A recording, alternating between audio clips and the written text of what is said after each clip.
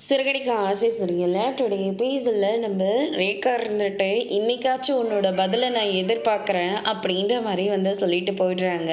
அதுக்கடுத்து தான் நம்ம மீனா இருந்துட்டு, "என்னடா பதில சொல்ற? ரேகா வந்து உன்ன லவ் பண்றாளா?" அப்படின்னு சொல்லிட்டு கேட்கவும், "ஆமாக்கா, ரேகா என்ன லவ் பண்ணிக்கிட்டு இருக்கா. அவ என்னோட பதிலுக்காக தான் அவ காத்துக்கிட்டு இருக்கா" அப்படின்ற மாரி வந்து சொல்லிடுறாங்க.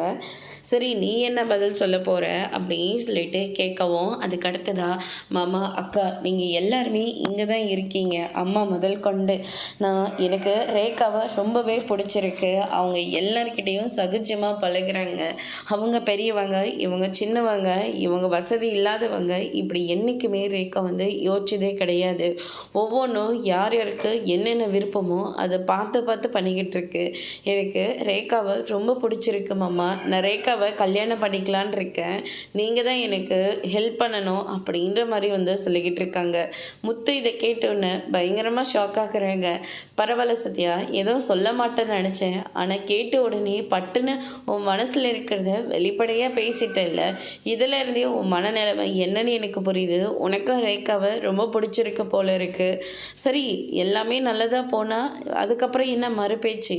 பே பேசி முடிச்சிட வேண்டியதுதான். இதுக்கு அவங்க வீட்டாளுங்க சம்மதம் சொல்லுவாங்களா? அவங்க அம்மாவும் அவங்க அப்பாவும் பிரிஞ்சிருக்காங்க.